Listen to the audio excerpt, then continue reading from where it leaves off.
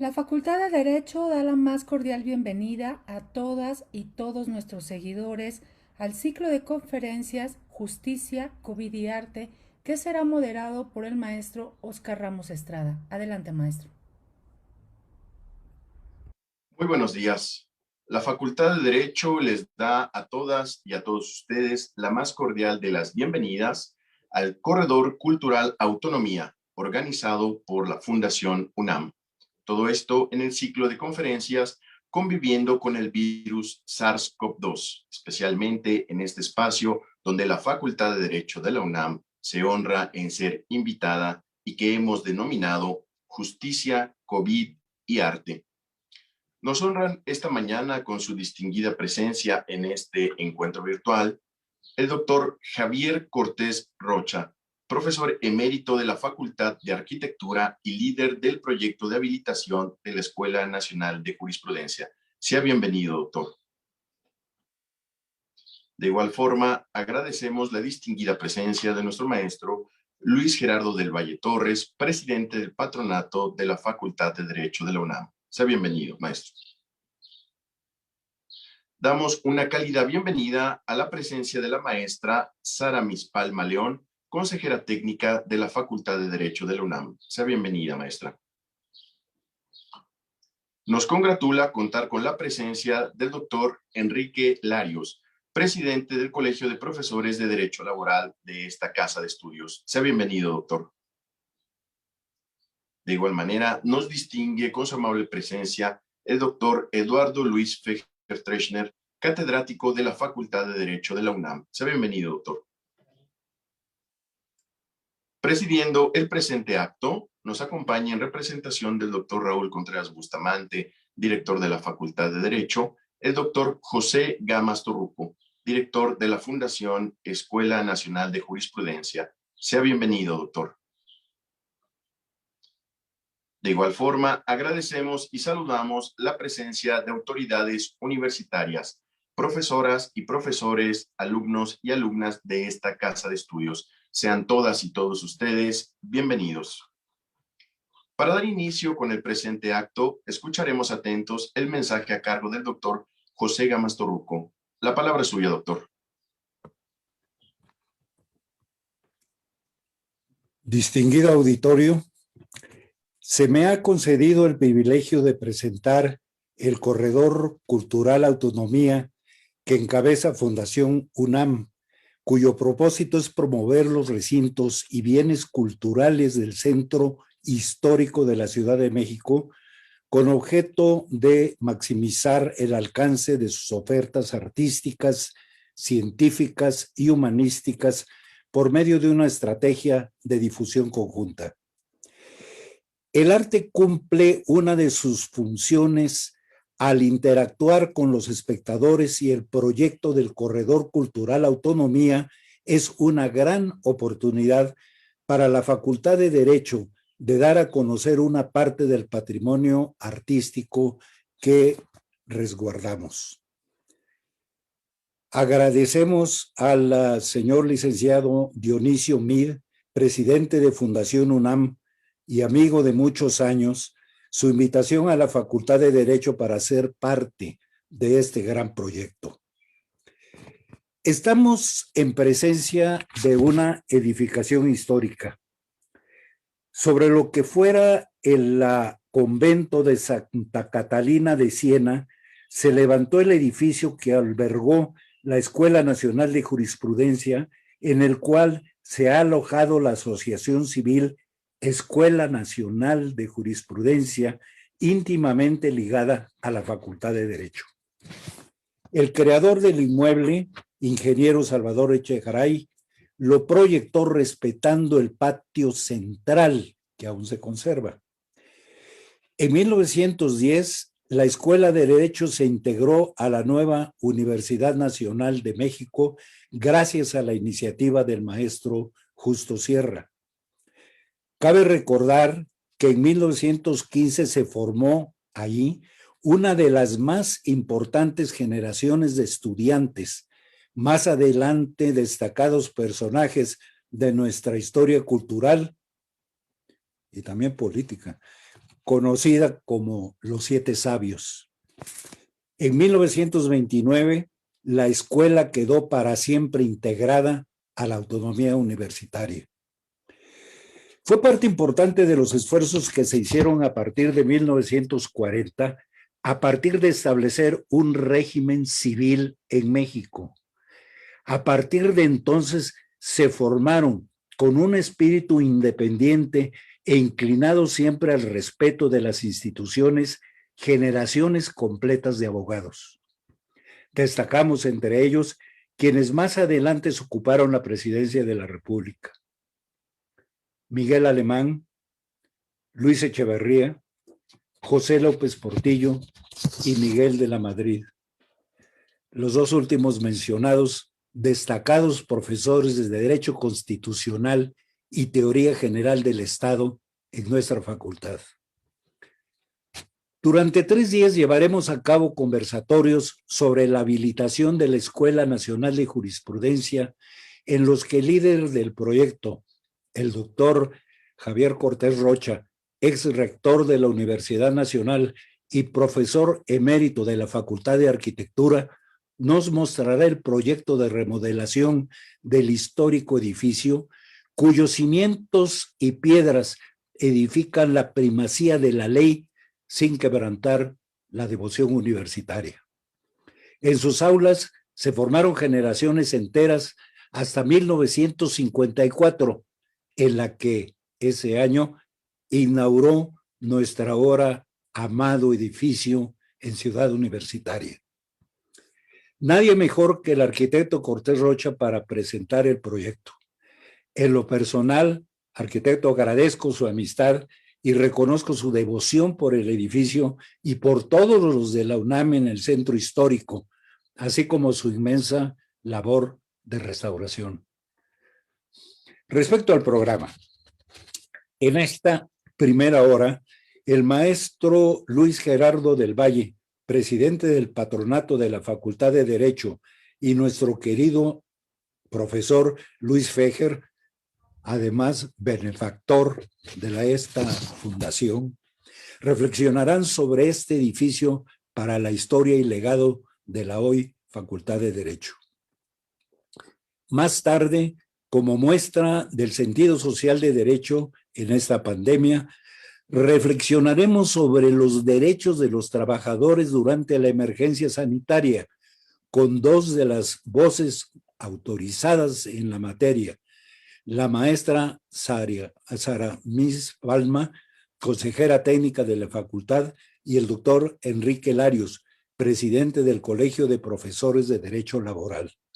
Debo destacar que los trabajadores de la fundación han permanecido en sus puestos. Mañana, también a las 10 de la mañana, el doctor José de Santiago, profesor emérito de la Facultad de Artes y Diseño, conversará con nuestra maestra Catarina Gómez Fuede sobre el arte mural que el edificio de la Facultad de Derecho obtuvo del Instituto Nacional de Bellas Artes. Obras plásticas colocados en los muros más destacados, creadas por Pedro O'Higgins, María Izquierdo, Pablo O'Higgins, María Izquierdo, Federico Cantú, Alfredo Sarce y el mural de Francisco Moreno Capdeville. Desde la academia consideramos relevante analizar los fenómenos sociales y su repercusión en una ciencia viva como el derecho. La incidencia delictiva en la pandemia será analizada a partir de la trayectoria profesional e investigadora de la ministra Margarita Luna Ramos, que agradecemos su presencia y el honor de que haya aceptado platicar con nosotros. Y la doctora Patricia González Rodríguez. Cerraremos la muestra de expresiones culturales con una de las obras más emblemáticas, La Puerta de la Libertad, una escultura parte de la muestra Sebastián monumental y que nos convierte en la única facultad en Ciudad Universitaria que resguarda un ícono del prestigiado artista universitario. Tenemos la fortuna de presenciar el encuentro de Sebastián con la doctora Norca López Zamarripa y el director que recibió la figura. La pandemia disparó nuevas dudas legales que en la sección de Justicia y COVID, el notario Miguel Ángel Beltrán Lara y la doctora Raquel Gómez López Contreras buscarán responder enfocados en la certeza jurídica de los documentos notariales. Clausurarán este evento nuestros anfitriones, el licenciado Dionisio Mir, presidente de la Facultad presidente de la Fundación UNAM, y el doctor Contreras Bustamante, director de la Facultad de Derecho. Doy a todos la bienvenida. Agradezco su atención. Valoro de muy particular modo el apoyo recibido para su realización y doy por inaugurados los conversatorios en el marco de la nueva realidad en el Corredor Cultural Autonomía. Muchas gracias y bienvenidos. Muchísimas gracias al doctor José Gámez Torruco por este emotivo mensaje y su declaratoria inaugural. De esta manera damos por terminado el acto inaugural y haremos una pequeña pausa para la preparación de las intervenciones. Cedo así el uso de la voz a la maestra Lorena Arredondo para la moderación de este evento. Adelante, maestra. Maestro, muchas gracias. Bienvenidos a todas y todos a nuestro conversatorio Arte, COVID y Justicia. En este momento damos inicio al conversatorio Habilitación de la antigua Escuela de Jurisprudencia y damos paso a la presentación del doctor Javier Cortés Rocha. Es rector de la Universidad Nacional Autónoma de México, profesor emérito de la Facultad de Arquitectura y líder del proyecto de habilitación. Adelante, doctor. Muchas gracias. Bueno, primero hago una corrección. No fui rector de la universidad. Estuve encargado de la rectoría entre dos rectores. Pero bueno, muchas gracias por la invitación y decir de nueva cuenta que para mí es un honor, un privilegio estar trabajando junto con la Facultad de Derecho a la que tanto admiro. Bien, ya nos dijo el maestro Gamas que el edificio es un edificio muy ilustre, con un gran pasado. Ahí funcionó el convento de Santa Catalina, el convento de monjas dominicas, una de las instituciones femeninas más prestigiadas de la Nueva España, y después de un tiempo de funcionar como cuartel y demás, Porfirio Díaz decidió que fuera la Escuela Nacional de Jurisprudencia y encargó, como ya se dijo, al ingeniero militar Echegaray que lo adecuara para ese propósito. Vamos a ver las imágenes, vamos a subir las imágenes, Rebeca, para que podamos compartir con... Bien, bueno, esta es la imagen actual de la portada del edificio, que queda sobre la calle de San Ildefonso, frente al colegio, prácticamente frente al colegio de San Ildefonso, y en la esquina con la calle de Argentina, también haciendo frente a la Secretaría de Educación Pública, la que sigue. Bueno, esta es la ubicación, como ustedes ven, es el corazón del centro histórico. Está rodeado de edificios ilustres, de la Escuela Nacional Preparatoria, del antiguo Colegio de San Ildefonso, del Museo de las Constituciones, del Centro Cultural de España, del Palacio de la Escuela de Medicina en la Plaza de Santo Domingo, etcétera. La que sigue. Bueno, ahí ven ustedes en una vista aérea cómo queda esto queda al norte del Zócalo, al norte de la Plaza Mayor, de la Plaza de la Constitución. a unas cuantas cuadras a 2 cuadras, a 1 cuadra del Templo Mayor. La que sigue. Algunas imágenes de cómo fue el edificio antes de las transformaciones que ha tenido el centro y antes de la plantación de árboles. La que sigue. La que sigue. Bueno, ahí ven ustedes las ceremonias en el patio, la ceremonia de inauguración en 1908, la que sigue, el gimnasio que existió y la biblioteca que, como verán, el espacio que va a ser convertido en el auditorio, la que sigue. Esto es muy interesante, son los planos que se realizaron en el momento de la adecuación en 1908. La que sigue. Este es el estado actual.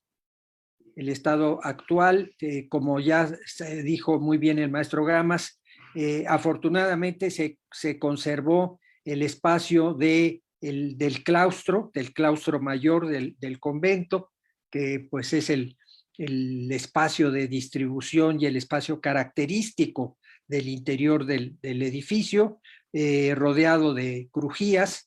En la parte superior izquierda está lo que fue la capilla del convento y que ahora es un templo evangélico, y las crujías que se han venido utilizando para distintos propósitos. La que sigue. La siguiente planta, también con crujías de salones y oficinas, y lo que ha sido la biblioteca que se planeaba para las fines de una biblioteca de las Constituciones, pero que va a ser cambiada de sitio y redimensionada. La que sigue. Y el último nivel, la que sigue. Es un edificio, estas son las azoteas, como ven son distintos sistemas, regrésale por favor. Son distintos sistemas constructivos, hay parte de vigueta bovedilla, parte de techo a 2 aguas, parte de concreto, y nuestro vecino pues tiene las bóvedas de la capilla del templo de Santa Catalina. La que sigue. Aquí ven ustedes cómo el edificio tiene un desnivel apreciable, porque como sucede en el templo histórico, los edificios, pues nuevos y no tan nuevos, resienten los hundimientos diferenciales que se deben al exceso de bombeo de agua del subsuelo y a la presencia en el subsuelo de estructuras prehispánicas. Nosotros tenemos en una parte del edificio los restos de una construcción prehispánica. La que sigue. Este es el patio que se ha propuesto que tenga una cubierta para darle una mayor utilización a lo largo de todo el año y de que puedan celebrarse ahí ceremonias y otro tipo de eventos académicos. La que sigue. Este es el proyecto de remodelación o rehabilitación, en la cual en la parte superior ven ustedes lo que sería el auditorio con una unidad de baños en la parte de abajo, y algo muy importante que nos interesa resaltar: el edificio tiene una sola escalera y no tiene elevador. Entonces, una cuestión importante es construirle una segunda escalera y dotarlo de un elevador para que pueda ser utilizado por personas de cualquier nivel de accesibilidad. La biblioteca estaría en la parte derecha, en lo que actualmente se utiliza como auditorio. La que sigue.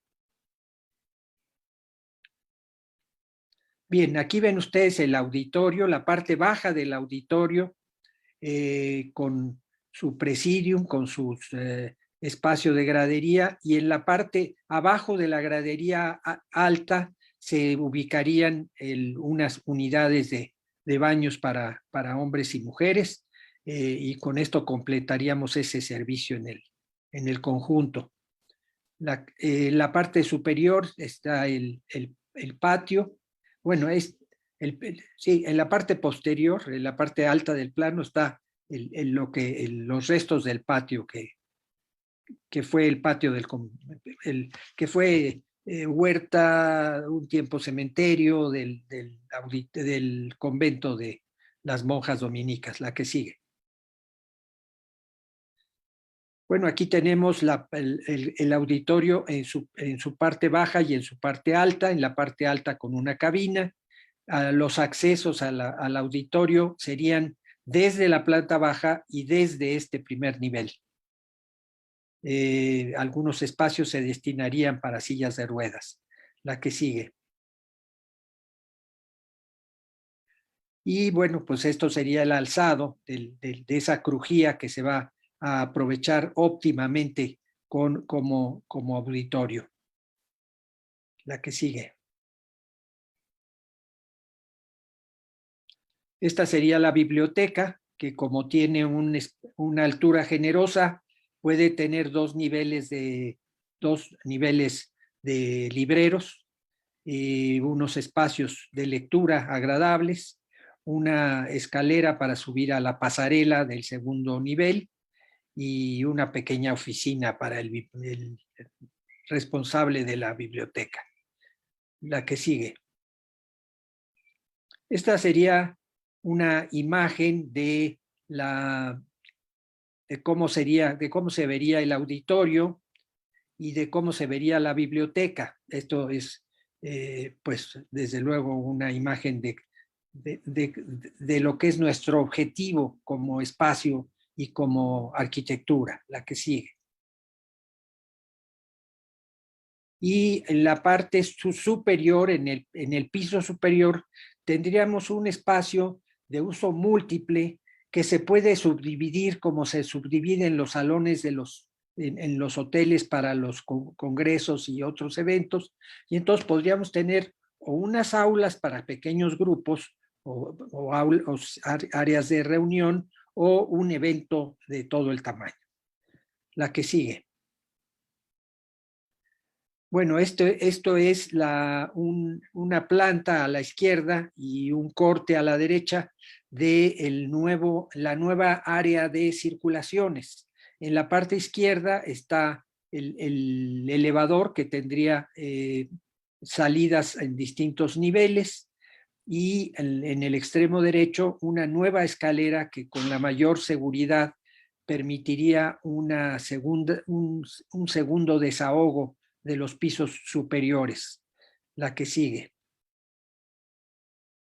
Y la escalera principal que actualmente se tiene, que no tiene las características óptimas de comodidad y de seguridad, pues se sustituiría por una nueva escalera como última etapa de la intervención. La que sigue. Estas unidades de baños, además de las que están abajo de las graderías, estarían en los 3 niveles, una de hombres y una de mujeres, optimizando el espacio, cambiando por muebles actuales, con unas mamparas, pues de las corrientes, de las que son corrientes el día de hoy, para que un óptimo funcionamiento del conjunto. La que sigue. Y en el patio posterior, pues es un espacio de desahogo,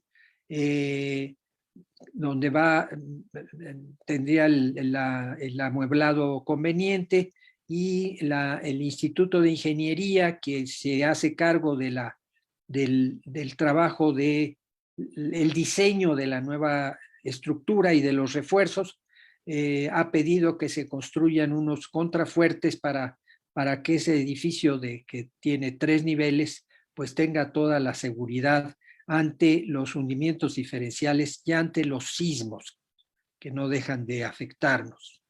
La que sigue.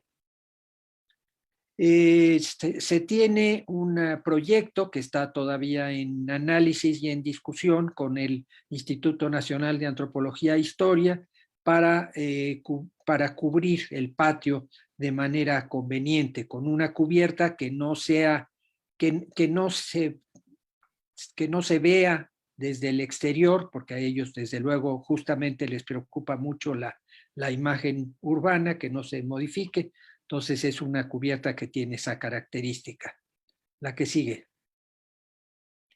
Así es como se vería la cubierta desde el piso alto. Es una cubierta sui generis que de un sistema que se llama Tensegrity, que tiene elementos, tiene postes a compresión y tiene cables para tensarlo. Entonces es una cubierta muy conveniente para lo que nosotros necesitamos. Allá en la parte posterior se alcanza a ver la Minerva, que corona el frontispicio del edificio de la Secretaría de Educación Pública. La que sigue. Así es como se verían los pasillos del último nivel con la cubierta. La que sigue. Otra más. Son detalles constructivos. La que sigue. El corte de la cubierta. La que sigue. Y cómo se vería en vista aérea esa cubierta. La que sigue. Pues eso es todo, y que estamos ciertos que con esta rehabilitación pues tendrá posibilidades de uso óptimo ese edificio, que se inserta con los grandes edificios que tiene la universidad en el centro histórico, con el Palacio de la antigua Escuela de Medicina, con el Palacio de Minería, con la Academia de San Carlos, con el edificio de Economía en Cuba, en fin, un conjunto de edificios verdaderamente emblemáticos, y que pues el de la autonomía, que no había yo mencionado, que desde luego en conjunto pueden ser fundamentales para una revitalización del centro histórico, para los mejores usos que se pueden tener de carácter cultural y académico en el centro histórico. Entonces, en eso estamos trabajando, y en eso recientemente se nos expidió la licencia de construcción para echar a andar el asunto. La universidad está analizando el tema de los recursos y, en fin, no todo es miel sobre hojuelas, pero las cosas van caminando, y van caminando muy bien. Entonces, es cuestión de felicitar a la facultad por este proyecto. Gracias. Doctor, muchas gracias por su presentación sobre este gran proyecto que nos llena de orgullo. A continuación escucharemos las palabras del maestro Luis Gerardo del Valle Torres, catedrático de nuestra facultad y presidente del patronato de la Facultad de Derecho, quien nos hablará sobre la participación del patronato en esta gran obra. Adelante, doctor. Muchas gracias. Agradezco la presencia del doctor José Gamas Torruco en representación del señor director de la facultad, Raúl Contreras Bustamante. Agradezco también la presencia de Javier Cortés Rocha, maestro emérito de nuestra universidad, de la Facultad de Arquitectura, y como ya lo mencionó él, secretario general de nuestra universidad durante algún tiempo, y además rector en funciones. Y a quien en representación del patronato de la Facultad de Derecho de la UNAM agradezco por el extraordinario trabajo que está realizando en la restauración de nuestra antigua Escuela Nacional de Jurisprudencia. Agradezco también la presencia, y es un honor compartir este panel, este foro, con mi maestro Eduardo Luis Fejer, quien es una gente con una cultura extraordinaria, y que sin duda tengo mucho interés en escuchar lo que nos compartirá el día de hoy. Gracias, doctor Enrique Larios, presidente del Colegio de Profesores en Derecho Laboral de nuestra facultad. Gracias, Sara Mispalma, Rebeca, Lore, por su apoyo para organizar este evento. Debo decir que he estado reflexionando sobre la importancia de la restauración de nuestra antigua Escuela Nacional de Jurisprudencia. Y considero que la importancia de esta restauración recae en la importancia de conocer nuestra historia. Lo ha dicho la gente más conocedora, la gente más culta, la gente más estudiada, la gente más elevada en estados de conciencia, que solamente el presente existe, el pasado ya no existe y el futuro no existe. Sin embargo, para comprender el presente hay que entender el pasado y hay que prepararnos hacia el futuro. Es por ello que nuestra historia es sumamente relevante y uno de los grandes pilares de nuestra institución, de nuestra siempre erguida Facultad de Derecho de la Universidad Nacional Autónoma de México, es su historia.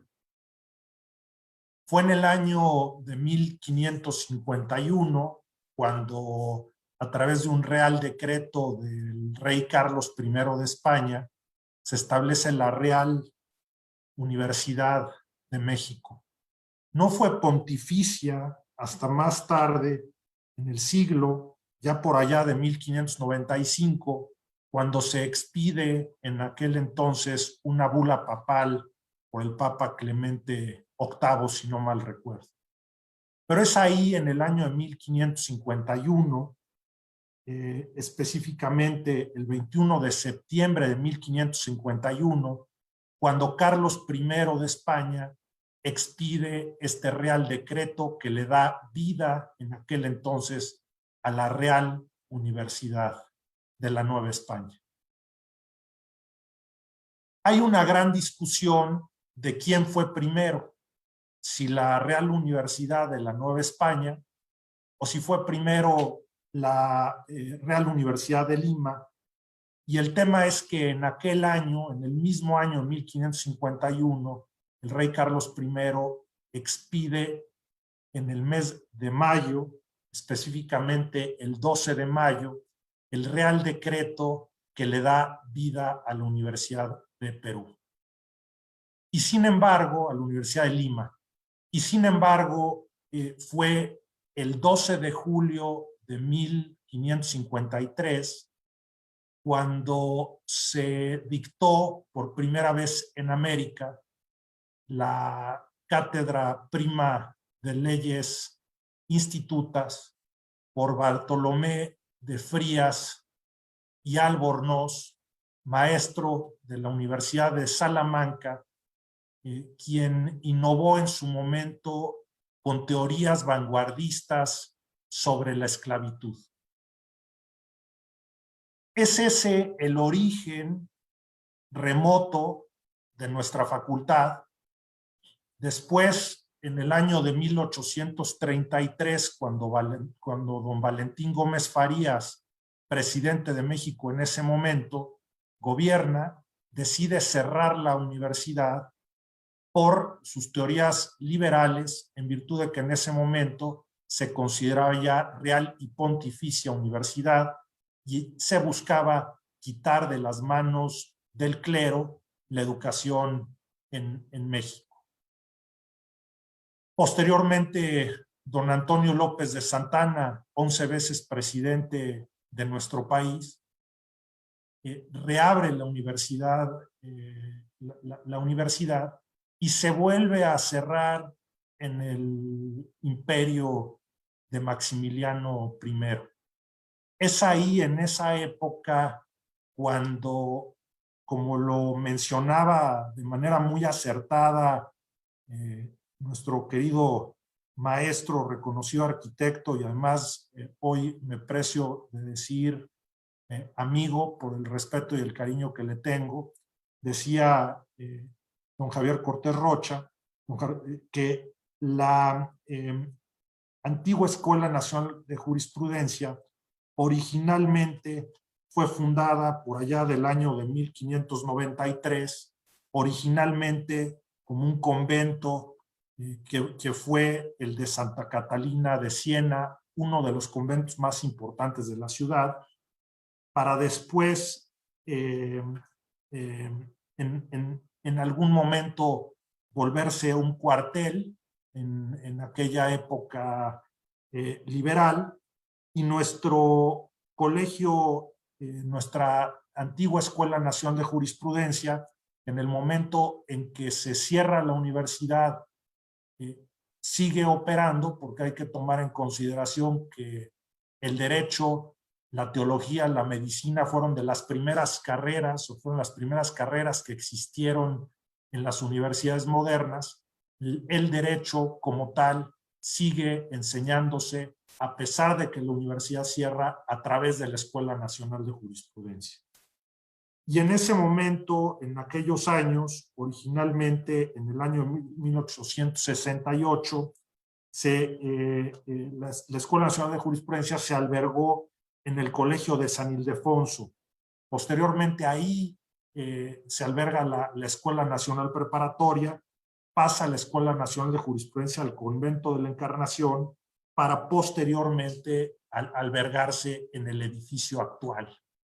Esa es la relevancia histórica de este edificio, que hoy nuestra Facultad de Derecho tiene el privilegio, tiene el honor, tiene la responsabilidad de custodiar como parte de sus activos.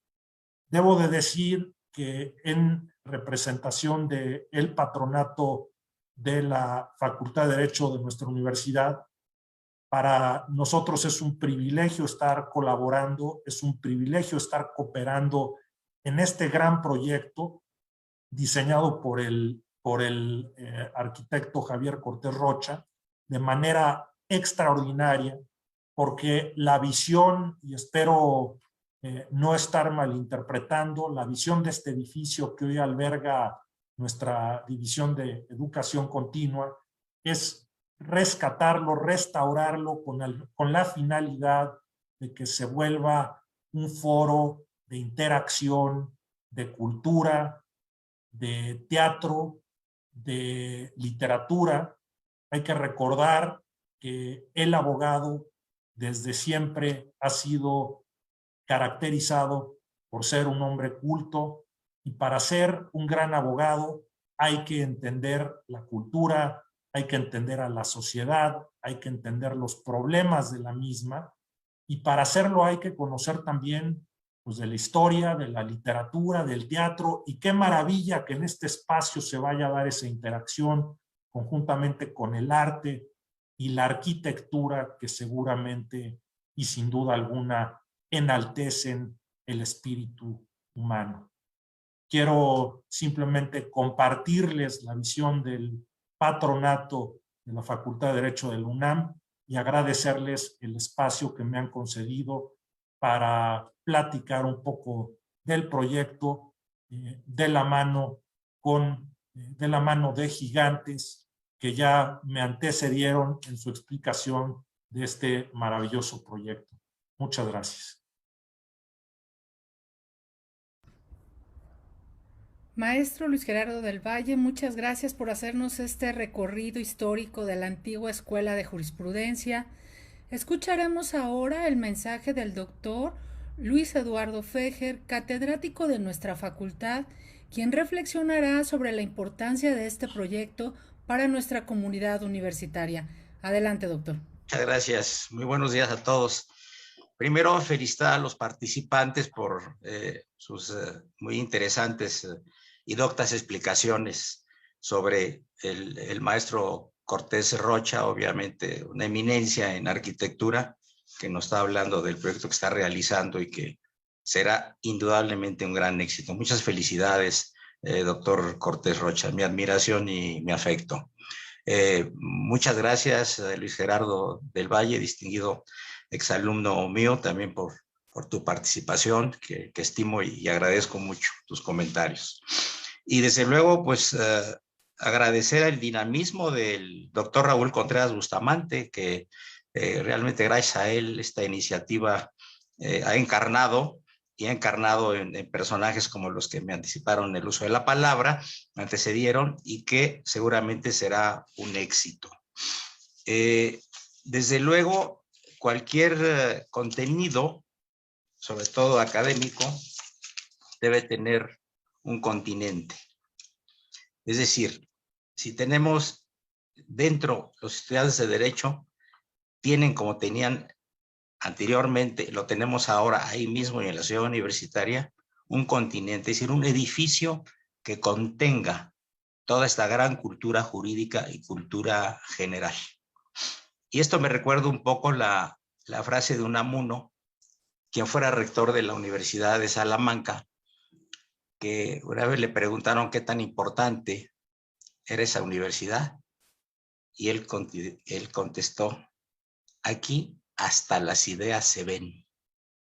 Fíjense ustedes nada más qué expresión tan maravillosa, ¿no? Y a mí me hizo mucho efecto reflexionar en el título de este coloquio que se va a llevar a cabo por 3 días, porque se habla de arte, COVID y justicia. Y créanme ustedes que cada palabra, cada expresión tiene una enorme carga. ¿Qué es la justicia? ¿Qué es el arte? ¿Y en qué contexto tan complejo nos encontramos, ¿no? Es quizá digamos, 3 expresiones que jamás pudimos haberlas unido, solamente quizá en el pasado, cuando hubo alguna epidemia aquí en la Ciudad de México, ¿no? Año 1600 y pico, o la famosa inundación también en el siglo XVII. Pero juntar una enfermedad tan compleja, tan difícil, tan terrible como esta, con los términos justicia y arte, resulta bastante complicado, pero por supuesto bastante adecuado a los tiempos modernos, definitivamente. Este edificio está inserto en el corazón de México. Está inserto en el corazón de la universidad. Indudablemente su rehabilitación es toral. A mí ya no me tocó tener el honor de estar ahí, porque yo ingresé a la universidad en la Facultad de Derecho de la UNAM, en CEU, en el año de 59. Sin embargo, yo conocía muy bien el edificio porque yo estudié la preparatoria exactamente enfrente. Y no lejos de ahí, en el convento de San Camilo, que fue la secundaria 1. Entonces, para mí, el centro histórico es muy importante, y por supuesto que veía yo con gusto a los estudiantes de Derecho cuando yo hacía algunas visitas, o estaba yo en la secundaria o en la preparatoria, algunas visitas, y realmente me impresionaba mucho el edificio y me llamaba mucho la manera de vestir de los jóvenes abogados.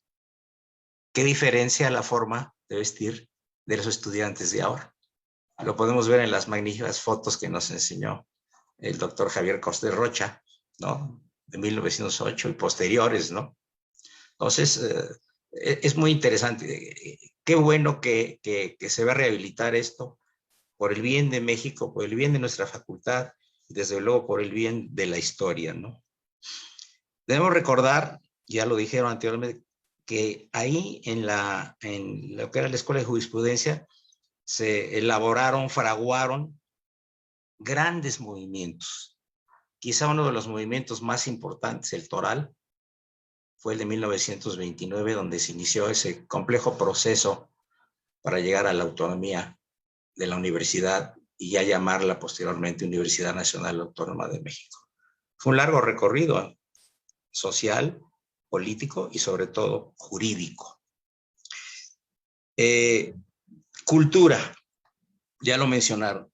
El abogado fue siempre un hombre de gran cultura y en lo que ha insistido el doctor Contreras Bustamante en toda su fructífera labor ha sido precisamente que más que formar abogados, queremos en la Facultad de Derecho formar juristas. Y qué mejor recinto, por supuesto, el que está en proceso de rehabilitación, para combinarlo con desvelación universitaria, para seguir haciendo cultura, porque un abogado sin cultura no es abogado. Por ejemplo, varios de los contemporáneos estudiaron ahí, gente brillantísima. Tenemos a Torres Bodet, por ejemplo, estudió ahí. Tenemos posteriormente a Octavio Paz, que no fue muy seguido, porque le llamaba más la atención la literatura, pero también estaba por ahí. Monsiváis muy eventualmente y muy jovencito también se asomaba por ahí. Pero no había abogado que no fuera en esa época egresado de esta escuela tradicional, que no fuera poeta, que no fuera músico, que no fuera escritor. Es decir, no se podía pensar en que no hubiera esta conjunción tan importante de labores, ¿no? También ahí estudiaron algunos personajes que después harían un famoso movimiento ya muy olvidado en México, que es el movimiento estridentista de los años 20. Era un movimiento muy interesante que decían que querían sacar a los ídolos literarios y artísticos de los grandes altares, ¿no? Y encabezaba el movimiento Maples Arte, egresado también de la Facultad de Derecho. Movimiento de la Escuela de Derecho, al que se adhirieron Diego Rivera y personajes importantísimos, inclusive el famosísimo escritor americano John Dos Passos, bastante conocido en la historia de la literatura universal. ¿Qué decir de los premios Nobel? También, que estuvieron ahí los expresidentes, los 7 sabios, los grandes diplomáticos. Por ejemplo, si en un personaje pudiéramos encontrar las características de diplomático, jurista, abogado, escritor, poeta, diplomático, Jaime Torres Bodet, ni más ni menos. Gran personaje de la historia de México, gran personaje. ¿Dónde estudió el señor Torres Bodet? En la Escuela Nacional de Jurisprudencia. Entonces, tenemos realmente un hábitat apabullante en la historia, ya que se relató desde que el convento fue Catalina de Siena, de las dominicas, que fue cementerio, que fue jardín, todo, un largo periplo del edificio, que inclusive me sorprende gratamente que también haya algunas, digamos, reliquias del pasado prehispánico. Yo creo que estamos en una gran capital, y yo creo que le debíamos a una gran capital una Escuela Nacional de Jurisprudencia rehabilitada y, por supuesto, está en las mejores manos. El inmueble está, por supuesto, lleno de añoranza. Escuela de, como dije anteriormente, de juristas, dramaturgos, escritores, políticos, poetas. Humboldt llamó a México, a la Ciudad de México, la ciudad de los palacios. ¿Y quién no se pudo haber sorprendido en el siglo XVII, siglo XVIII, siglo XIX, obviamente siglo XX, de la magnificencia de la Ciudad de México? Siempre conservando una enorme tradición y albergando calles, callejuelas, leyendas, recogidas por diferentes escritores. Y por supuesto, la Escuela de Jurisprudencia continúa en la imaginería de muchísimos de los estudiosos de este tiempo de la historia, de la literatura, de la diplomacia y de la poesía, ¿no? Desde luego, el ambiente en proceso de rehabilitación, que vaya proceso, arquitecto Cortés Rocha, esto es una labor de titanes, arreglar esto, porque pues yo pienso que empezando por la cuestión económica y luego la cuestión tecnológica, la cuestión técnica, ya veo el elevador, ya veo digamos, el techo que será quizá removible, etcétera, para cuidar la estética de la Ciudad de México desde abajo o en vista aérea. Pues realmente yo creo que también es un reto arquitectónico muy interesante, ¿no? Y el doctor Cortés Rocha ha dejado su impronta en muchísimos lugares. Y sin duda, va a ser un gran reto, pero también va a ser, como todo lo que ha hecho, un brillantísimo logro. Porque después de ver estas diapositivas, estamos totalmente sorprendidos, ¿no? Creo que es un concepto muy interesante, muy adecuado a nuestros tiempos, pero sobre todo es un concepto respetuoso del entorno, respetuoso de las personas. En pláticas con el arquitecto Luis Ortiz Macedo, de grata memoria, y quien también conoció el arquitecto Javier Rocha, siempre me decía, Eduardo, los seres humanos siempre tenemos que vivir y convivir con lugares que nos respeten y que los respetemos. Yo creo que este es el caso de la rehabilitación de este edificio. Definitivamente. Edificio que, pues, históricamente tiene grandes paradojas, como la historia de México que es una paradoja también, ¿no?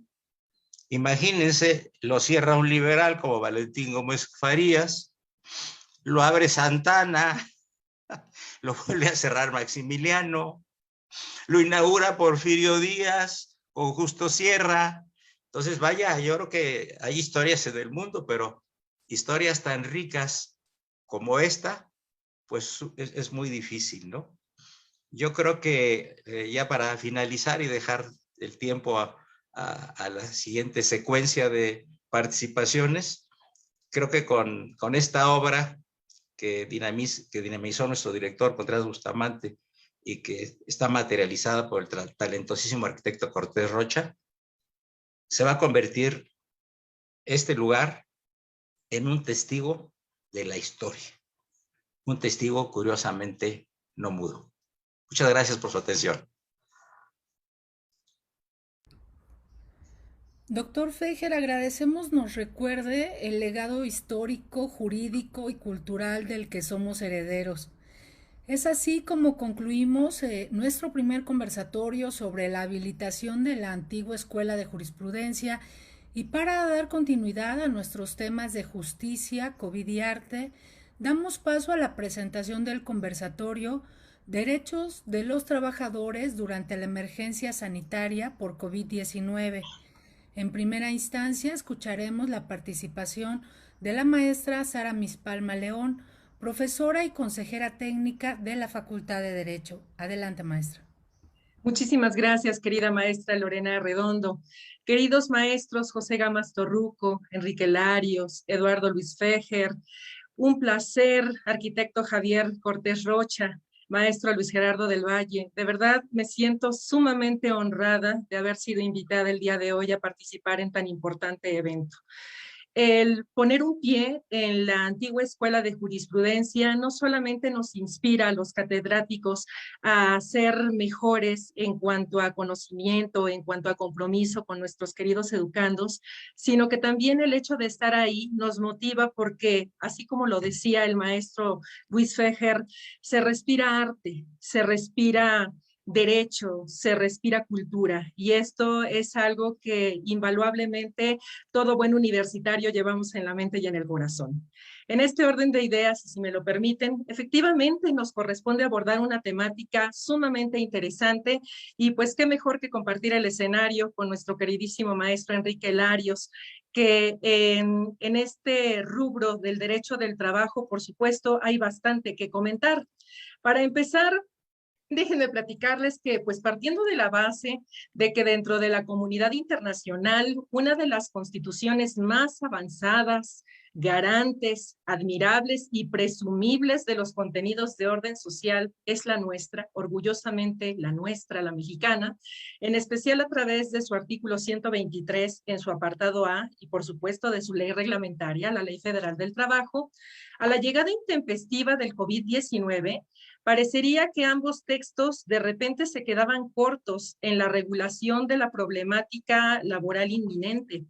Para empezar, fue necesario plantearse la incógnita de si considerar al COVID como una causa de suspensión de fuerza mayor, en virtud de que en términos del artículo 430 de la Ley Federal del Trabajo, desde el punto de vista salarial, el patrón estaría obligado a pagarle a los trabajadores el importe de un mes de salario. Sin embargo, en este supuesto se requería de la autorización de las juntas de conciliación y arbitraje previa tramitación de un juicio especial respectivo, o si por el contrario se le podía considerar como una causa de suspensión como contingencia sanitaria, ya que desde el punto de vista salarial, en términos del artículo 429, fracción cuarta, el patrón estaría obligado a pagar a sus trabajadores una indemnización equivalente a un día de salario mínimo general vigente por cada día que durase la suspensión, sin que se pudiese exceder de un mes. Y en este caso, pues no se requería de la autorización por parte de la autoridad jurisdiccional, de las juntas de conciliación y arbitraje. Entonces, pues pensando en la disyuntiva y sobre todo en la protección de los trabajadores, resultó conveniente considerar al COVID-19 como una emergencia sanitaria de fuerza mayor, situación que ocurrió oficialmente en nuestro país a partir del 30 de marzo de 2020, al publicarse en el Diario Oficial de la Federación que el salario a pagarse a los trabajadores sería el que devengaba ordinariamente y no el mínimo general vigente en aquel momento. Además, las propias Secretaría del Trabajo y Previsión Social, en coadyuvancia con la Procuraduría de la Defensa del Trabajo, mejor conocida como Profedet, sugirieron que, atendiendo a la naturaleza del trabajo, a la rama de la industria y a la actividad económica a la que se dedicase cada empresa o negocio, se diera la posibilidad de que existiera un acuerdo mutuo entre los sujetos de la relación de trabajo en cuanto al pago de prestaciones y manejos de horarios, en su caso, pues para privilegiar la estabilidad en el empleo. En ese orden de ideas, se ordena la suspensión inmediata de todas las actividades no esenciales. En origen se pensó que este lapso duraría aproximadamente entre el 30 de marzo y el 30 de mayo del 2020. ¿Y por qué precisamente ese periodo? Porque se pensó que en ese lapso, pues de alguna manera se mitigaría la dispersión y la transmisión del COVID-19 en la comunidad, se disminuiría la carga de la enfermedad con sus respectivas complicaciones y, por supuesto, la muerte misma en la población residente en nuestro territorio nacional. Únicamente podían continuar con sus labores en funcionamiento aquellas empresas que realizasen actividades consideradas como esenciales.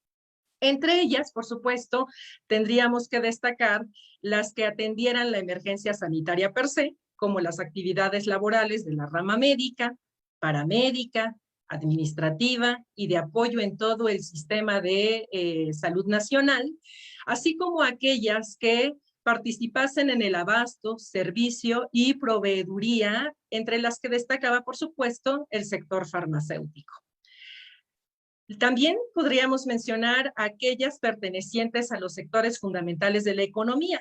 Háblese del rubro financiero, recaudación tributaria, distribución y venta de energéticos, gasolineras, gaseras, generación y distribución de agua potable, industria de alimentos y bebidas no alcohólicas, mercados de alimentos, supermercados, tiendas de autoservicios, abarrotes, producción agrícola, pesquera, pecuaria, agroindustria, industria química, productos de limpieza, ferreterías, mensajería, guarderías, estancias infantiles, asilos y por supuesto también, lo vimos en estos encierros, privilegiar aquella existencia, apertura de los refugios y centros de atención a mujeres víctimas de violencia, sus hijitos, sus hijitas, rubro de telecomunicaciones y medios de información, servicios privados de emergencia, y por supuesto, pues no podían faltar los servicios funerarios y de inhumación, almacenamientos en frío y aeropuertos, puertos y ferrocarriles. En todos estos lugares y recintos en los que se realizaban estas actividades que, insisto, se consideraban esenciales, pues se deberían de observar de manera obligatoria una serie de prácticas, tales como, por supuesto, no realizar reuniones o congregaciones de más allá de 50 personas. Además, pues que las personas debían de lavarse las manos frecuentemente, estornudar o toser aplicando la etiqueta respiratoria, es decir, cubriendo la nariz y boca con un pañuelo desechable o en su defecto con el antebrazo, no saludar de beso, de abrazo, saludito a distancia. Todas las demás medidas de sana distancia vigentes emitidas por la Secretaría de Salud Federal, pues no estaban de más. Y por supuesto que además de los rubros anteriores, resultó inminente el resguardo estricto de todas aquellas personas mayores de 60 años en estado de embarazo o puerperio inmediato o con algún diagnóstico de hipertensión arterial, diabetes mellitus, enfermedades cardíacas o pulmonares crónicas, inmunosupresión adquirida o provocada, insuficiencias renales o hepáticas, independientemente de si su actividad laboral se consideraba esencial o no. Estas personas pertenecientes a los grupos vulnerables deberían de ausentarse de sus trabajos con el permiso y, por supuesto, goce de sueldo, e insisto, aun cuando realizasen actividades esenciales, y de ser factible, trabajar de forma remota. Y en la medida de lo posible, los patrones implementar políticas temporales para que todos los empleados, incluyendo a los grupos vulnerables, trabajasen desde su casa, precisamente utilizando las tecnologías de la información y de la comunicación en lo que pues conocemos ahora es el teletrabajo. En este orden de ideas, al trabajar de esta manera, igualmente recibirían su sueldo íntegro por el tiempo necesario en las condiciones previamente pactadas en un contrato individual de trabajo, especialmente por lo que se refiere a la jornada y a las prestaciones de orden público o irrenunciables, tales como vacaciones, prima vacacional y aguinaldo. Hasta aquí, pues todo marchaba bien, se escucha entrecomilladamente bien.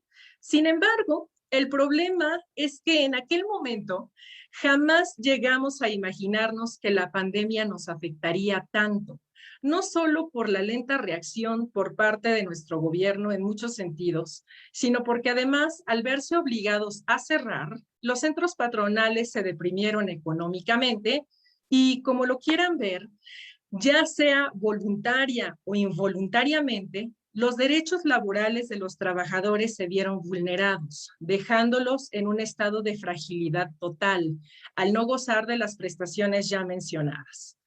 El panorama no podía ser más desalentador y de ahí que empezaron a surgir una infinidad de preguntas en relación a los derechos de los trabajadores durante la emergencia sanitaria COVID-19. De esa vastedad de interrogantes, pues las más cotidianas son las que a continuación les referiré. Para empezar, se preguntaba, ¿está prevista la emergencia sanitaria como causa de suspensión de la relación de trabajo? Y si nos abocamos a buscar contenidos en Ley Federal del Trabajo, en su artículo 429, fracción séptima, se habla de la contingencia sanitaria, no de la emergencia sanitaria. Sin embargo, al haber emitido la autoridad sanitaria una determinación de suspensión de actividades más general y al haber calificado la emergencia como causa de fuerza mayor, que laboralmente puede ser causa de suspensión colectiva, cada empresa, según su circunstancia particularísima, podría suspender de hecho las relaciones colectivas y pagar salarios íntegros, pero por mes. También otra de las preguntas frecuentes que en este lapso llegamos a escuchar fue, ¿qué diferencia hay entre la suspensión y la terminación de la relación de trabajo? En la suspensión, las actividades laborales quedan latentes y deben de reanudarse al cesar la causa, o sea, el COVID-19. En cambio, en la terminación, la empresa cierra definitivamente y en este caso procede el pago de un finiquito equivalente a 3 meses de un salario diario integrado, más una prima de antigüedad, para que los trabajadores, pues en lo que buscaban otro empleo, pues no se quedaran tan indefensos. Y por supuesto, aquellas partes proporcionales de sus prestaciones irrenunciables o de orden público, que son pues vacaciones, prima vacacional y aguinaldo. Otra de las preguntas frecuentes fue, ¿qué pasa con las relaciones laborales suspendidas por un mes? Si transcurrido este término aún continúa la emergencia sanitaria, pues como verdaderamente nos ocurrió. Bueno, pues transcurrida la suspensión de actividades por este lapso de 30 días con goce de salario íntegro para los trabajadores, la suspensión seguiría, pero ahora, desgraciadamente, sin goce de sueldo. Entonces, inmediatamente, pues cualquier trabajador nos preguntamos, ¿y de qué voy a vivir? Y de ahí que la propia Secretaría del Trabajo y Previsión Social, en un ánimo de apertura y siempre pensando en las propias circunstancias muy particularísimas de los propios centros laborales, pensó que se le dejaba discrecionalmente a los sujetos de la relación de trabajo el pactar de manera tal que, por supuesto, se privilegiase la estabilidad en el empleo y de ahí que fuera de vital importancia, por ejemplo, la figura del paro técnico. El paro técnico consiste en una disminución no solamente en jornada, sino también en una disminución salarial, respectivamente, para que teniendo un poco más de tiempo el trabajador tuviese la oportunidad de buscar otro empleo como para complementar estas disminuciones respectivas. Este paro técnico, esta figura valiosa, fue, tan solo por poner un ejemplo, utilizada por la Ford. Otra de las preguntas recurrentes en estos lapsos COVID es, ¿puede mi patrón solicitarme trabajar desde mi casa? Yo les diría que si las operaciones de la empresa lo permiten, pues por supuesto que el patrón sí puede solicitarlo y en su caso los trabajadores tendrán derecho al pago completo de sus salarios y beneficios. Cabe mencionar que a virtud de esta tragedia sanitaria, se sintió la inminente necesidad de reformar la Ley Federal del Trabajo y concretamente en su artículo 311, adicionando un capítulo 12 bis, justo a principios de este año, en enero, se adenda un texto más vasto en relación a la figura del teletrabajo.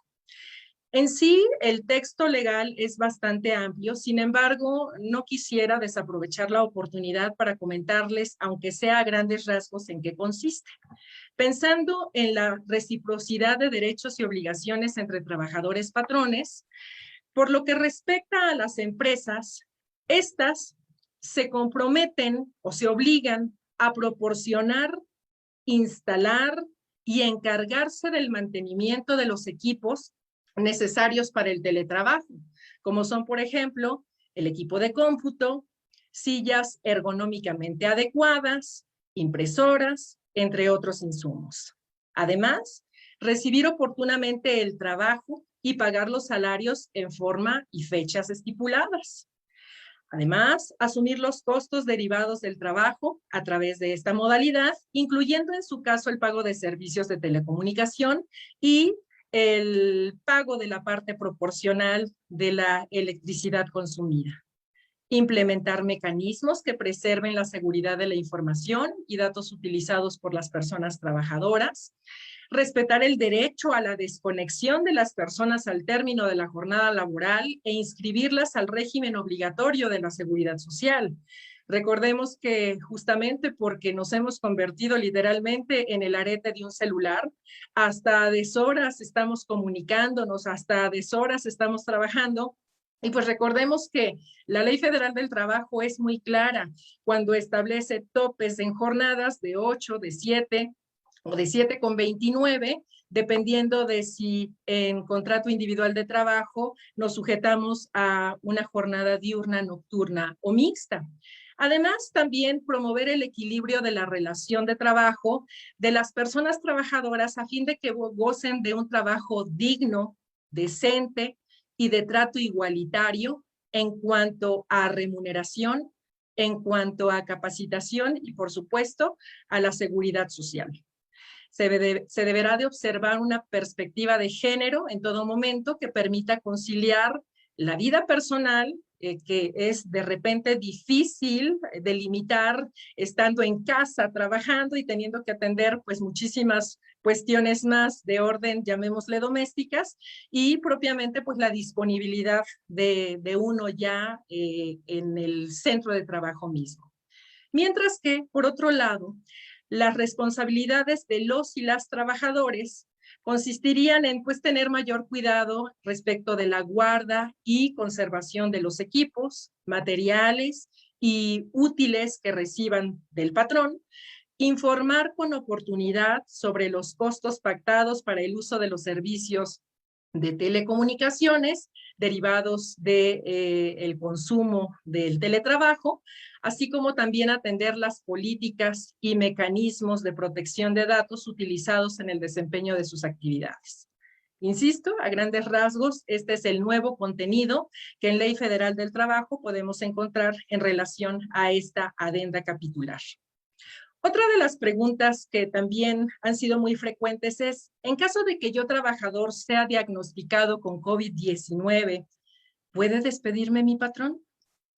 Categóricamente podemos decir que no. El COVID-19 no existe entre las causales de rescisión sin responsabilidad para el patrón en la Ley Federal del Trabajo, y si ocurriera, esto significaría que estaríamos ante la presencia de un despido injustificado. Y por supuesto, se podría demandar ante las juntas de conciliación y arbitraje. Otra pregunta más, ¿qué pasa al interior de la relación laboral si un trabajador es diagnosticado con COVID-19? Bueno, pues de conformidad con la Ley Federal del Trabajo, si un empleado adquiere una enfermedad contagiosa como el COVID-19, la relación de trabajo se suspenderá de manera temporal y terminará hasta que concluya el periodo fijado por el Instituto Mexicano del Seguro Social o antes, si la enfermedad cesa. Para que dicha suspensión surta efectos, el empleado forzosamente debe de informar al patrón tan pronto como tenga noticia de ello para evitar contagios y, obviamente, la propagación del virus. Adicionalmente, se deberán de seguir las mismas reglas como si se tratase de una enfermedad general. Es decir, el empleado contagiado deberá solicitar un certificado de incapacidad por enfermedad ante el Instituto Mexicano del Seguro Social, y para facilitar dicho trámite, el IMSS habilitó una plataforma digital para la obtención en línea de certificados de incapacidades en caso de padecer el COVID-19 y de esa forma facilitar la gestión sin correr el riesgo de contagiar a más personas. Para bien o para mal, quiero pensar que ahorita, para la gran cantidad de enfermos y de muertes que desgraciadamente tenemos noticias oficial y extraoficialmente, esto solamente aplica para los trabajadores inscritos ante el Seguro Social. Y hay muchísimos que se encuentran fuera de este rubro. Cabe mencionar que si el contagio no tiene relación con el trabajo, aún así, el trabajador tiene derecho a la suspensión individual ya mencionada, con ayuda de subsidios hasta que se recupere, sin perjuicio de que tenga derechos de seguridad social consistentes en atención médica.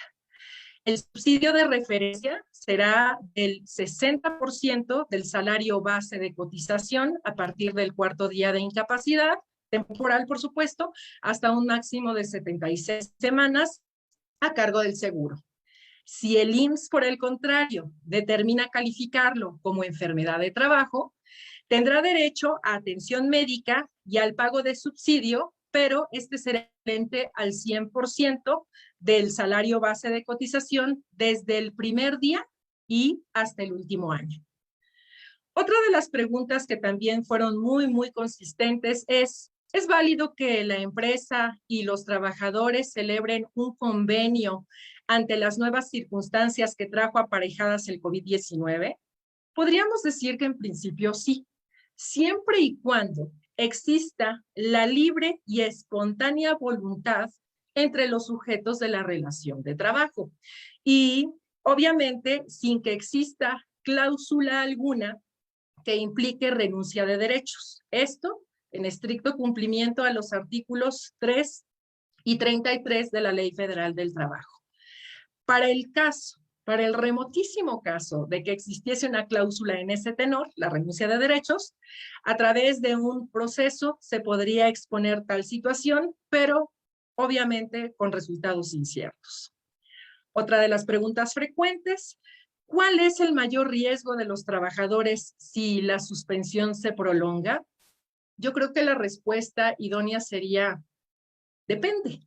En casos tan disímbolos, tan distintos, pues podríamos mencionar o partir de aquellas empresas muy modestas. Obviamente habría un mayor riesgo de perder sustentabilidad y forzar una terminación colectiva, ya que pues no siempre estarán en condiciones de reanudar sus actividades, pensando que pues después de una suspensión tan prolongada, cuando se produzca como consecuencia necesaria, inmediata y directa la terminación de los trabajos, pues difícilmente se pueda continuar con la relación. Y esto lo establece expresamente el artículo 434 en su fracción primera. Otra pregunta que también fue recurrente: si me separan del trabajo, ¿cuánto tiempo tengo para demandar? Bueno, pues las acciones de los trabajadores que sean separados de su empleo prescriben en 2 meses en términos de lo dispuesto en el artículo 518, contados a partir del momento en que ocurre la ruptura de la relación de trabajo. Aquí tuvimos, haciendo un breve paréntesis, un pequeño pendiente, considerando que las propias juntas de conciliación y arbitraje pues también estuvieron cerradas en un principio, de suerte tal que estos términos prescriptivos, con todo y que claramente así los establece la ley en su apartado A, 2 meses, más cierto es que se pudieron prolongar un poco más en el momento en que tanto Junta Federal como Junta Local instauraron las medidas para receptar las demandas aún en un sistema entre presencial y virtual, es decir, presentar las demandas en línea. Y para eso podíamos pasarnos del lapso referido. Otra pregunta más que también fue muy puntual en todos estos meses: en caso de tener más dudas, ¿ante quién puedo acudir? Pues bueno, afortunadamente la Secretaría del Trabajo y Previsión y la propia Procuraduría de la Defensa del Trabajo están orientando a los trabajadores en estas situaciones, en estas tristes situaciones, y afortunadamente también digo porque no es necesario salir, sino que en línea se pueden hacer estas consultas y de esa manera pues solventar cualquier duda que se tenga sobre el particular. En términos generales, los contenidos vigentes de nuestra Ley Federal del Trabajo nos permiten hacer este tipo de esbozos. Sin embargo, seguramente saben que la ley tuvo una reforma muy importante en mayo del 2019 y entre muchos otros cambios vamos a tener paulatinamente la instauración de nuevos tribunales pertenecientes ya al Poder Judicial, en donde irán desapareciendo en consecuencia las juntas de conciliación y arbitraje, y esto significará que tengamos no solamente un proceso totalmente diferente, sino también un procedimiento nuevo. Y este procedimiento lo menciono muy a propósito de las circunstancias en que nos encontramos viviendo, porque ahora, de manera forzosa, salvo casos de excepción, tendremos la necesidad de acudir a celebrar pláticas conciliatorias previas en el ánimo de depurar la conflictiva obrero-patronal y así evitar llenar de tantísimo trabajo a los que serán los nuevos tribunales laborales y por ende impartir justicia de manera más rápida, de manera más pronta y expedita. Para terminar con mi intervención y a manera de conclusión, me gustaría decirles que tal pareciera que la pandemia del COVID-19 fuese figurativamente hablando una especie de huracán. Y desde el inicio de esta contingencia, por supuesto, se vaticinaba en México una gran inestabilidad económica, ya que pues prácticamente con ello nos dábamos cuenta de que la clase trabajadora en especial se veía sumamente trastocada, no porque el patrón per se lo quisiera, sino porque no estaba en posibilidades de cumplir con los contenidos de ley, y esto lo entendemos perfectamente bien. Entonces, en este orden de ideas, considero que como sociedad y clase trabajadora, nos toca, en la medida de lo posible, de verdad, seguir resguardándonos en nuestros hogares, seguir las recomendaciones de las instituciones de gobierno, por supuesto, si la naturaleza del trabajo lo permite, sacarle provecho a las tecnologías de la información y de la comunicación, como ahorita lo estamos haciendo, y pues me queda claro que las tecnologías y el teletrabajo llegaron para quedarse, de suerte tal que en ese orden de ideas no nos queda más que concluida la alerta, pues levantarnos y seguir trabajando para sacar adelante a nuestro país. Y buscar la creación de nuevas condiciones de trabajo más garantes, más eficaces de los derechos laborales, porque una contingencia como la del COVID-19 no nos puede tomar de nuevo por sorpresa. Y por mi parte, eso sería todo. Muchísimas gracias por su atención. Por mi raza, hablará el espíritu. Maestra, sabemos que la pandemia disparó dudas legales en diferentes ámbitos de nuestra vida cotidiana y agradecemos su orientación en los temas laborales. Para ahondar en ellos, el doctor Enrique Larios Díaz, presidente del Colegio de Profesores de Derecho Laboral, nos expondrá a continuación su perspectiva. Por favor, doctor. Muchas gracias, Lorena Redondo, por tu presentación. Me da gusto saludar a don José Gamas Torruco en representación del señor director de nuestra facultad. También agradezco estar en este panel con don Javier Cortés Rocha, a quien me da mucho gusto volver a verlo después de hace muchos años. Encantado de saludarlo. Y de Luis Gerardo del Valle Torres.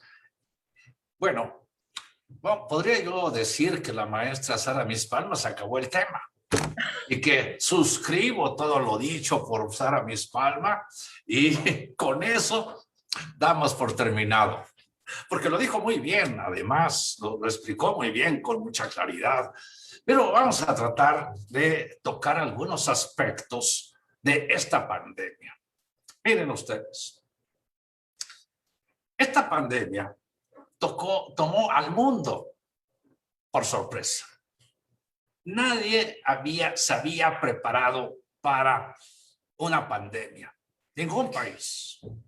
La Organización Mundial de la Salud, en todas sus manifestaciones, ¿verdad?, había hablado de pandemias en un determinado lugar.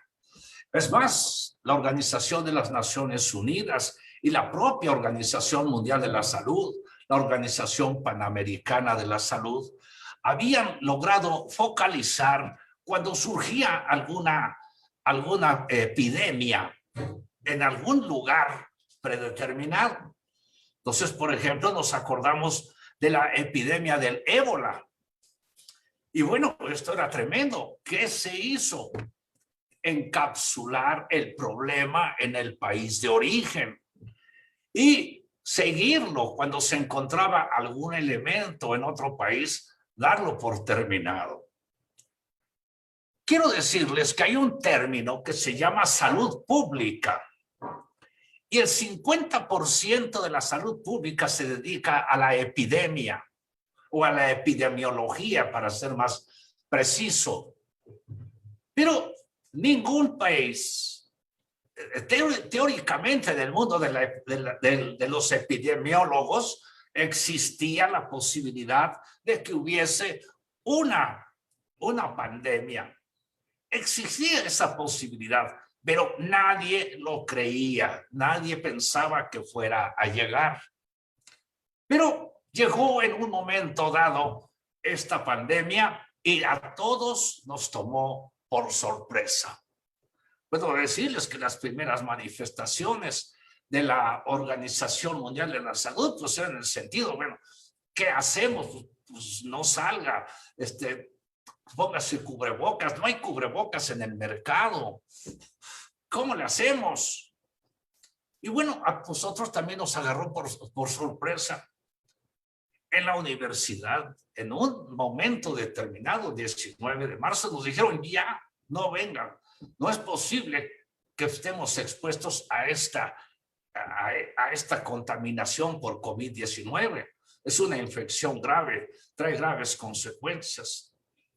¿Qué hicimos? Resguardarnos en nuestros hogares y trabajar a distancia, como ya lo señaló la maestra Sara Mispalma. Pero vamos a ver que hay un vacío legislativo en este tema. No hay normas para manejar una pandemia desde el punto de vista jurídico. Porque si los médicos nos decían que esa era la hipótesis en el mundo de la epidemiología, los abogados, pues no lo pensamos. Regularmente el derecho muchas veces llega cuando está el hecho y no lo pensamos previamente. Esa fue una realidad de esta pandemia. En el campo jurisprudencial, la jurisprudencia establecida para los casos de salud en el trabajo también es insuficiente. No prevé las condiciones de una pandemia. Por ejemplo, la jurisprudencia exige que para poderse calificar una enfermedad de trabajo, debe de establecerse el vínculo entre el trabajo y el enfermo. ¿Cómo es que lo adquirió?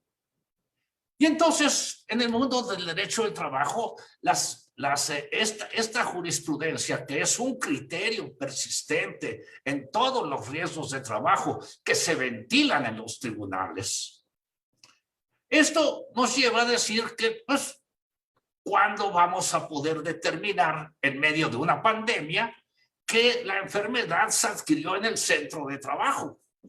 ¿Cuándo lo vamos a poder? Sí existe una norma por ahí muy escondida que está entre las enfermedades del trabajo y que habla precisamente de las virosis. Y por supuesto esto solamente abarca al personal médico. No abarca, no, porque no se imaginaban jamás que esto nos fuera a llegar a todo nuestro universo. Vamos a llamarle al universo personal. No lo pensaron. Entonces, jurisprudencialmente también tenemos un vacío. Pero hay otra cuestión. Doctrinalmente tampoco hay nada escrito al respecto. Mi querido y admirado don Mario de la Cueva pensó en miles de hipótesis, nos dejó un bagaje cultural enorme. Todavía no hay quien supla a don Mario de la Cueva, no lo hay. Sin embargo, nadie de los abogados doctrinarios pensó en decir, a ver, cuando haya una pandemia, cuando haya un problema de carácter mundial, es más, el derecho del trabajo se practica en México como una cuestión doméstica. Y esto es una equivocación grave porque estamos insertos en un mundo con una economía global, con la globalización prácticamente de muchas manifestaciones, pero también tenemos organismos internacionales como la OIT. Bueno, la OIT había advertido de algunas posibilidades remotas de que pudiera haber una pandemia, tomando elementos precisamente de otro instrumento de ONU, que es la Organización Mundial de la Salud. Entonces teníamos estas cuestiones, pero la doctrina no baja tan fácilmente para poder decir qué hacer en época de crisis. ¿Qué hacemos? ante una crisis sanitaria como la que atacó al mundo entero. No hubo país que se salvara. No hubo país que pudiese resolver este tipo de cuestiones con efectividad y con rapidez. Pero bien, vamos a estas cuestiones y vámonos al interior de nuestro país. Ya sabemos que hay organismos internacionales, ya hemos visto que estos vacíos, tanto legales como jurisprudenciales, como doctrinales, en todo el orbe. O sea, que dijéramos, bueno, a ver, hay una escuela muy famosa de juristas en Uruguay. A ver, los laboralistas juristas ya habían previsto el problema de una pandemia. Tampoco. Yo les tengo un afecto, tengo amigos ahí, pero tampoco tenían ellos instrumentos de esa naturaleza. Y en el mundo tampoco lo sabía. Por lo tanto, ¿qué es lo primero que ataca una pandemia de esta naturaleza? Pues ataca la estabilidad en el empleo.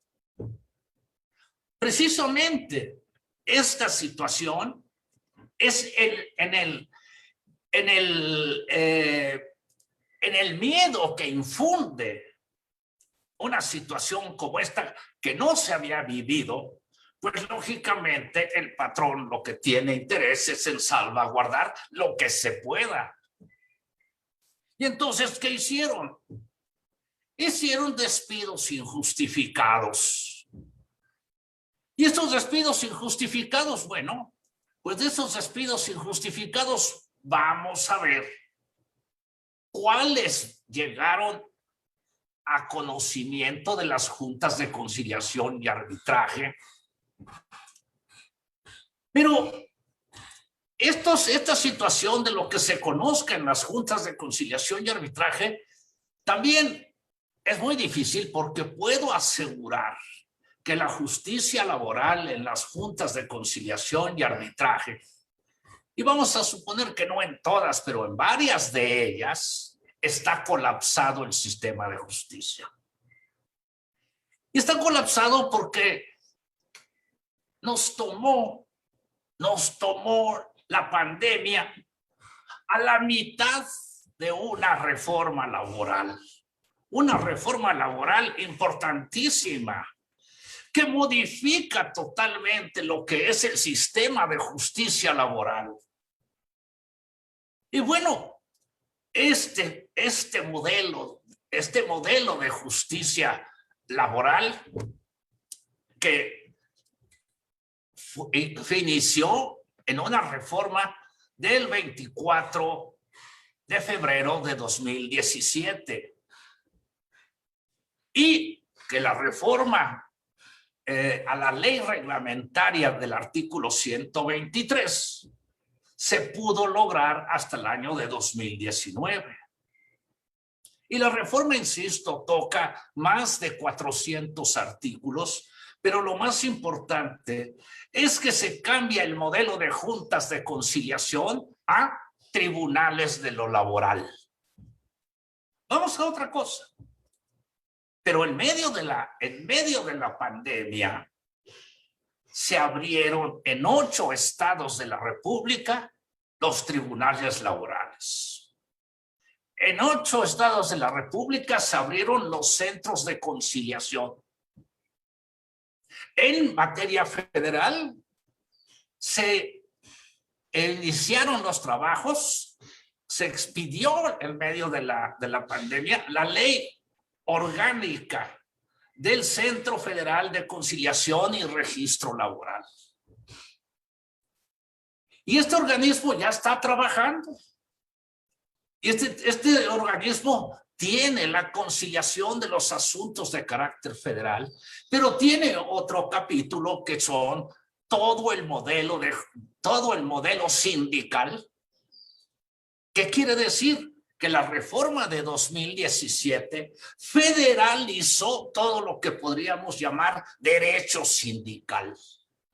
Lo que tenían las juntas de conciliación y arbitraje, que era registrar contratos colectivos de trabajo, llevar el registro de los sindicatos de materia local en un estado de la República. Eso ya no es verdad. Eso ahora está inscrito en el Centro Federal de Conciliación y Registro Laboral. Bueno, todas estas circunstancias parece que no son suficientes, pues hay todavía otra cuestión. Previo a la pandemia y en medio de la pandemia, al señor presidente de Estados Unidos anterior se le ocurrió que teníamos que revisar el Tratado de Libre Comercio. ¿Y qué pasó en este marco del Tratado de Libre Comercio? Pues que nos reclamaron los norteamericanos que no cumplimos con las leyes laborales. Ya nos lo habían dicho cuando se firmó el Tratado de Libre Comercio. Lo había dicho la secretaria de Estado, dijo, México tiene muy bonitas leyes laborales, pero no se cumplen. Y bueno, en medio de esta situación, en medio de todos los cambios de una reforma laboral, vienen algunas cuestiones que nos van a reclamar dentro del Tratado de Libre Comercio. ¿Cómo cuál? Y estamos en medio de la pandemia. Señores mexicanos, y lo dice el gobierno de Canadá y lo dice el gobierno de Estados Unidos, ustedes están haciendo un dumping salarial. Su salario mínimo es el más barato de toda la América, de todo el mundo occidental, no nada más de América Latina, del mundo occidental es el más barato. Y esto está ocasionando una deformación en el mercado norteamericano. ¿Por qué? Porque no te estamos comprando otra cosa más que mano de obra barata. Ya se habían presentado varias advertencias de la OCDE, se habían presentado varias advertencias, 3 advertencias de la Organización Internacional del Trabajo al gobierno de México para que modificara el modelo que se estableció hace 36 años, que era la contención salarial. Ya lo habían dicho, pero síguele como estamos. Y hacíamos oídos sordos aquella cuestión. Quiero decir que en medio de todo esto ha cambiado muchas cosas. Y en el Tratado de Libre Comercio con Estados Unidos y Canadá, el famoso TEMEC, está amarrada la reforma laboral. Está amarrada la reforma laboral. Porque ahora o la cumplimos de veras. No hay de otra. Y todo esto sucede en medio de la pandemia. Entonces hay cuestiones que debemos de observar qué es lo que pasa, pero vamos a otras cuestiones que son mucho más prácticas. Esto está amarrado, esto nos dice que sí ha habido una actividad laboral muy fuerte durante la pandemia, pero también nos señala que tenemos las juntas de conciliación y arbitraje como un órgano que está agonizando, pero que a la vez es el único órgano de justicia para los estados que no tienen todavía tribunales laborales. Este año, 13 estados de la República se van a incorporar a la reforma laboral, abriendo sus tribunales, sus centros de conciliación y registro laboral. Pero ¿qué va a pasar en el campo que hoy nos convoca? ¿Qué va a pasar con la justicia para las personas que fueron a las juntas? Bueno, lo primero que tenemos que pensar es, partiendo de que hubo despidos injustificados, muchos de esos despidos injustificados no llegaron al conocimiento de las juntas de conciliación y arbitraje. ¿Por qué? Por motivo de la prescripción que tiene la Ley Federal del Trabajo. Otros más, ya dentro de las juntas, ya que se pudo comenzar a hacer las demandas por vía digital. Hay otra cuestión, los abogados que no son competentes y que dijeron el término comienza a correr pues hasta 2 meses después de que abran las juntas, y estaban muy equivocados, porque el término siguió corriendo y el término correcto para poder presentar las demandas de todos los despidos ocurridos hasta antes de que las juntas de conciliación y arbitraje pudiesen reanudar labores digitalmente, pues todos esos están prescritos. Y todos esos asuntos se van a seguir hasta el final. Pero ¿qué va a pasar? Le van a decir al final de cuentas, señor, usted perdió el asunto. ¿Por qué? Porque su abogado llegó tarde o no supo qué hacer. Esa es una cuestión que la justicia ahí no se va a hacer. Y ahí es donde van a ganar los patrones, porque ya despidieron y bueno, pues vamos a decir, despidieron de acuerdo a sus intereses, despidieron bien. Pero los trabajadores no van a tener justicia en ese caso. De los asuntos que continúan en las juntas de conciliación y arbitraje, nos tenemos que observar, independientemente de todas las posibilidades que da la ley para seguir los juicios. Primero tenemos que observar el gran rezago que tienen las juntas de conciliación y arbitraje. Y entonces ese rezago es histórico. Bueno, pues ahora el rezago está duplicado en esos juntas de conciliación y arbitraje. Está duplicado. El personal no puede trabajar completamente porque se abren juntas, por ejemplo, en la local de conciliación y arbitraje, pues un día van de la 1 a las 5, otro día van de las 5 a las 10, otro día van de las 10, así sucesivamente, para poderse alternar y no estar expuestos a esta materia, a esta epidemia del COVID-19. ¿Y qué sucede? Pues entonces los tiempos se hacen mucho más largos. ¿Qué pasa con las notificaciones de carácter personal?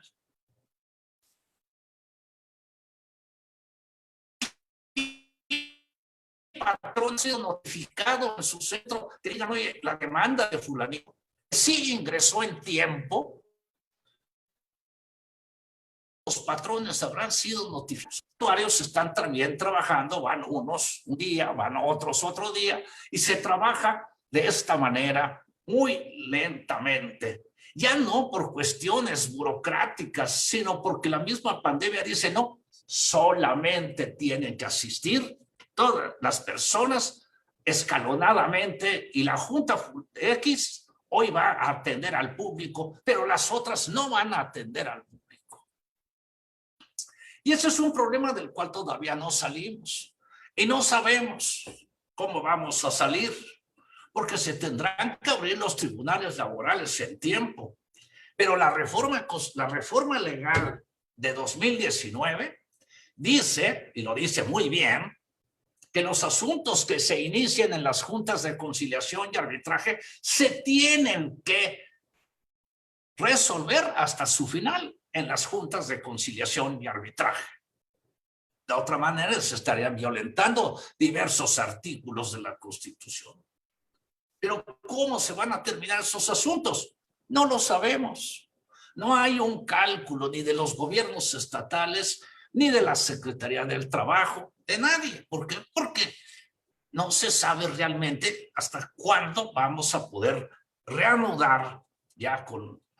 parece que vamos saliendo, pero recuerden que todavía estamos con el sistema de semáforos. ¿Qué va a pasar? ¿Qué va a pasar con estas cuestiones de la justicia? Que, bueno, una vez que haya una absolución o una condena, los asuntos se van a tener que ir al juicio de amparo, porque en materia laboral se practica el amparo de manera muy frecuente.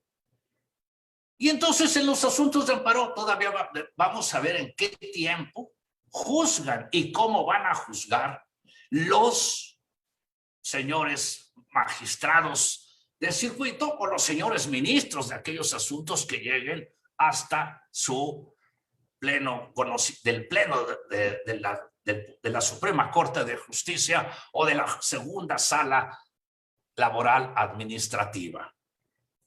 Vean ustedes que si realmente tenemos cuestiones importantes en materia laboral, la crisis realmente rebasa las posibilidades de una solución pronta a esta cuestión.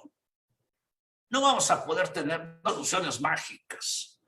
Y si alguien habla y dice, yo mañana soluciono el problema, es un farsante. No puede ser que alguien nos pueda decir, mañana lo tengo solucionado, porque no lo va a tener solucionado. Tiene muchas implicaciones de carácter legal, tiene muchas implicaciones que debemos de saber. Por lo tanto, una primera conclusión: la justicia del trabajo se encuentra colapsada en estos momentos. ¿Va a ser esto para toda la vida? No. Quizás lo recuerden algunas páginas. Se ha escrito mucho sobre el derecho del trabajo y el COVID. Sí, pero también hay muchas especulaciones. ¿Por qué son especulaciones? Porque todavía los tribunales no se pronuncian, sobre todo el amparo. Y bueno, el amparo nutre precisamente para poder saber, pero en muchas ocasiones he visto que se dan soluciones sobre las rodillas verdaderamente. Y no son más que una falta de cuidado para poder decir, este tiene este problema, etcétera. No. Sobre todo, hay casos de muertes de trabajador por COVID-19. Trabajadores muertos por COVID-19. El tema, ¿dónde está? ¿Es enfermedad de trabajo o no es enfermedad de trabajo? El patrón más cumplido en sus derechos y en sus obligaciones laborales, ¿qué va a decir? No fue por COVID-19. ¿Y a dónde vamos a llegar? Bueno, pues a ver qué es lo que expresa la jurisprudencia en estos asuntos de una muerte por COVID-19, porque los patrones no crean que van a decir, dice la Junta que sí, ¿cómo no? Aquí está, ¿cuánto debo? Aquí está, ¿no? No, el patrón va a decir, vamos al juicio de amparo. Y en el juicio de amparo, ¿qué van a resolver estos tribunales? Realmente no lo sabemos porque nos da muchísimas cosas a interpretar. Hay mucha parte que ya describió la maestra Sara Mispalma respecto de la suspensión de la relación de trabajo en una contingencia sanitaria. La contingencia sanitaria hubiese traído, si de haberse declarado, hubiese traído quizás mayor desempleo. ¿Por qué? Porque era el momento en que podían hacerse más despidos de una manera generalizada. La contingencia sanitaria establecida en 2012 no beneficia a los trabajadores. Y bueno, la emergencia sanitaria que está precisamente en el artículo 73, fracción 16 de la Constitución, fue la figura que se eligió para poder resolver este problema. ¿Por qué? Porque había ya urgencia, sobre todo de los patrones, de decir, ya declara la contingencia. No se declaró la contingencia, se declaró la emergencia, siendo una situación que tiene sus ventajas y tiene sus desventajas como cualquier otro remedio jurídico, Nadie me puede decir que los remedios jurídicos son universales. No, tiene sus beneficios y tiene también sus cuestiones. Entonces vamos a ver que ahora sí podemos buscar a nuestros teóricos del derecho del trabajo para que hagan trabajos serios y que hablemos del tema con todos los elementos, propongamos unas salidas jurídicas, modificaciones, pero que no van a ser para lo que pasó ahorita, no es para la emergencia. Las emergencias son así, son emergencias. Pero de aquí en adelante, ¿cómo vamos a prever esta situación? OIT, por primera ocasión, y con esto voy a terminar, OIT por primera ocasión suspendió su conferencia internacional del trabajo, ni en la época de la Segunda Guerra Mundial, con la amenaza de Hitler de bombardear Ginebra cuando estuviese sesionando la OIT. Eso no suspendió la asamblea de OIT, pero ahora sí, la pandemia sí la suspendió. Y ahorita estamos en plena conferencia internacional del trabajo a distancia. Claro, hay una ventaja. Ahora todo el mundo está metido ¿qué dicen en la conferencia internacional del trabajo? Y están hablando ¿de qué? Del COVID-19. Y para mí, esa es la regla que hay que seguir. ¿Qué marca la Organización Internacional del Trabajo? Porque en ella existen expertos laboralistas de muy alta calificación. Todos ellos, indudablemente, son serios y muchos se han reservado de opinar fuera de OIT. Porque OIT nos va a dar márgenes para poder saber por dónde caminar los conflictos que se derivan de una pandemia y qué es lo importante para el futuro. Saber que podría repetirse otra pandemia del mismo COVID o de otra cosa distinta en el futuro.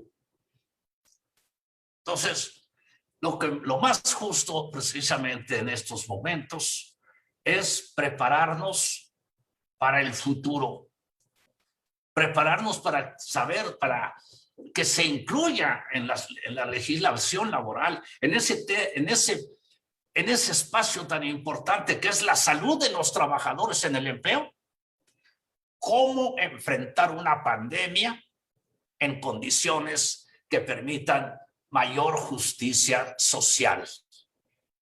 Muchas gracias por su atención. Muy amables.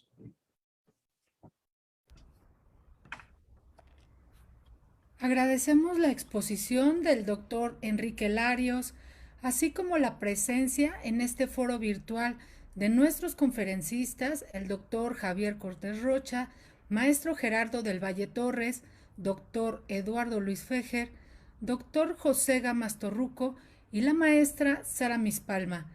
Todos ustedes tienen muchas felicitaciones y comentarios en nuestras redes sociales de quienes admiramos su trabajo y trayectoria profesional y académica. Concluimos así nuestra jornada de hoy e invitamos a nuestros seguidores a conectarse mañana a las 10 para continuar los conversatorios sobre justicia, COVID y arte en el marco del Corredor Cultural Autonomía diseñado y promovido por Fundación UNAM. Muchas gracias, hasta mañana.